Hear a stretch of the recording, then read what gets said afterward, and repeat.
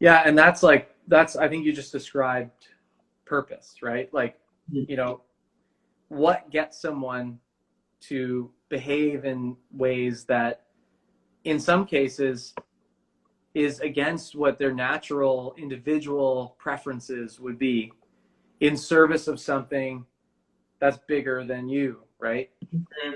And you know, it's like the motivational spectrum. I can't remember every step of it, but I remember looking at it. It's like a more research-based tool, but it's like, oh, you know, why do people do things? Is basically the question.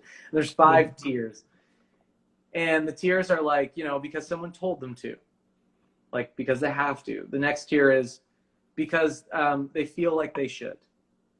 The next tier is because it adds fulfillment or enjoyment to their life somehow.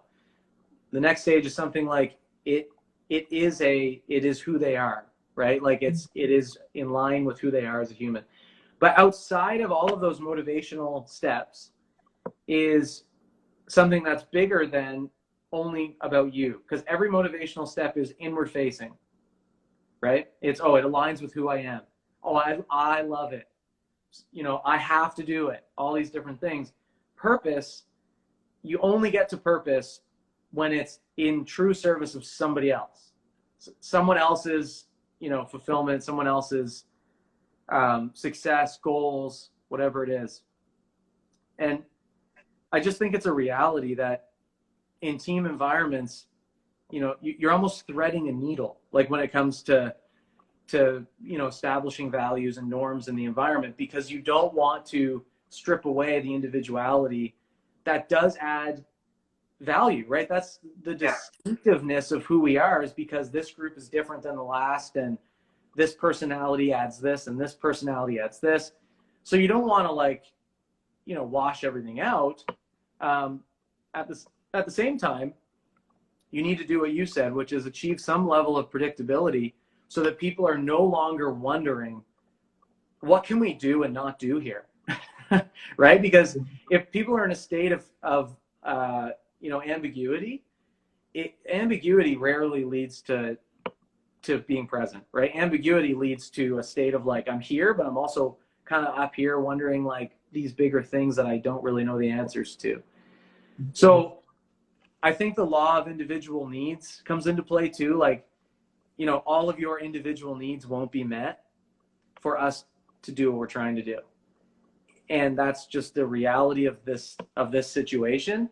How do you Mhm. how do you find a real sense of pride and purpose in sacrificing some things that you would like so that other people can thrive, basically, right? That, I think that's where it really starts to tick, is where people go, I'm actually feeling proud of the sacrifice that I'm making for this thing to happen.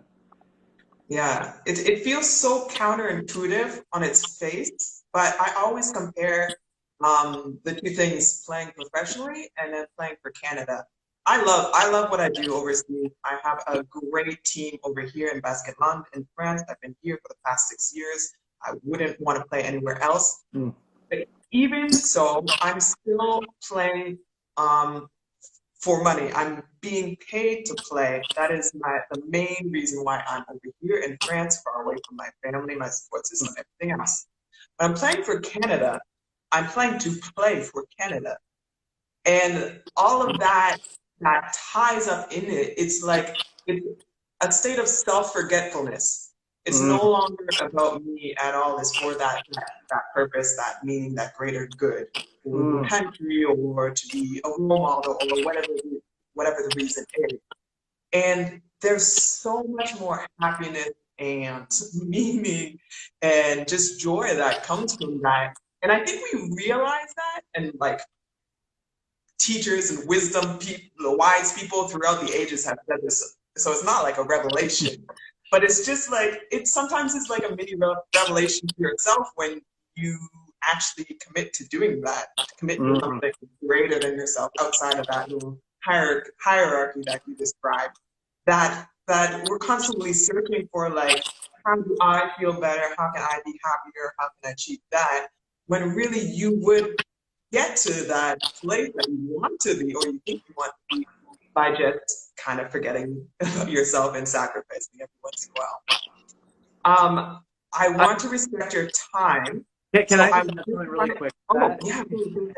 Sorry, you just, like every time we've spoken, it just goes in so many ways. I think sacrifice in and of itself is a key performance indicator in the space of culture and trust, teamwork, because there has to be a moment where someone does something that's really hard for somebody else for the sole reason that they know that that person would do it for them.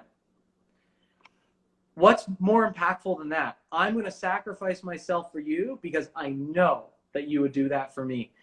That momentum, that train can't start until someone takes the first step, right? Someone has to sacrifice something and do it in a way, with such like authenticity that someone else knows that they can in the future sacrifice themselves with the trust that it's coming back. Yeah. If no one sacrifices, the train never leaves the station. Yeah. And you just end up going, I'm not going to do that because you wouldn't do it for me. So, striving for perfection and, hey, we're all loving this. I think there's a big difference between a happy and a healthy team. Happy teams don't, often win much, in my opinion, right? Healthy teams have a lot of challenge and tension and, things that occur along the way where these moments of sacrifice are kind of like, deep discomfort. But it's healthy. It has to happen.